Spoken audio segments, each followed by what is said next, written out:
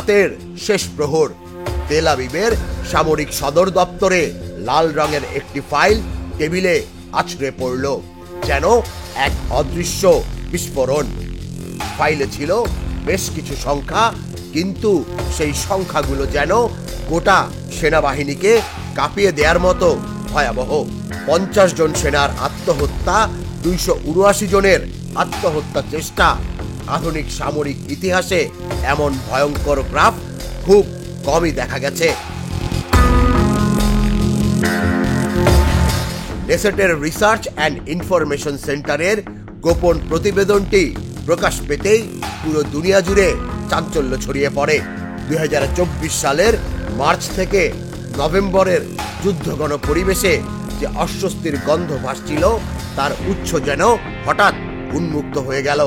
Report বলছে প্রতি একজনের মৃত্যুর আড়ালে লুকিয়ে আছে আরো 7টি ব্যর্থ আত্মহত্যার চেষ্টা, যেন ছায়ার মতো পিছু নেয় মানসিক অবসাদ, ট্রমা আর বন্দিত্ব।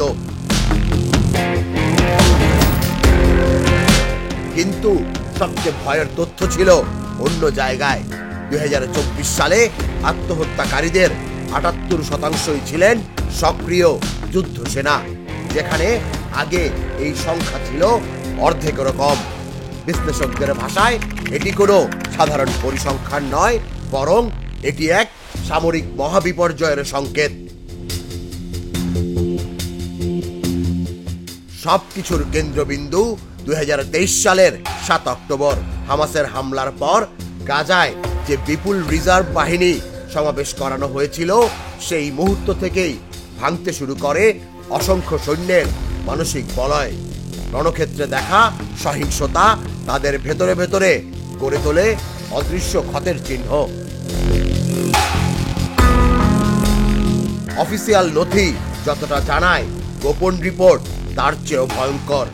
কিছু সৈন্যকে সামরিক মর্যাদা ছাড়া গোপনে দাফন করানো হয়েছে, কারণ আত্মহত্যা প্রমাণ পেলে সেনাবাহিনীর উপর যে দায় এসে বর্তায়, তা কোনোভাবেই তারা মেনে নিতে প্রস্তুত নয়।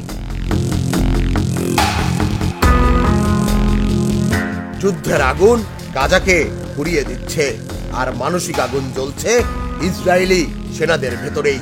এখন প্রশ্ন হলো, এই যুদ্ধ শেষ কবে হবে, আর তার আগে কত সৈন্য নিজের জীবন নিজ হাতে নিভিয়ে ফেলবেন? তুষার ইসলাম, জাগো নিউজ। দুধার চকলেটে একাকার হয়ে ওঠা প্রাণ লেয়ার, সম্পর্কের মিষ্টি ম্যাজিক।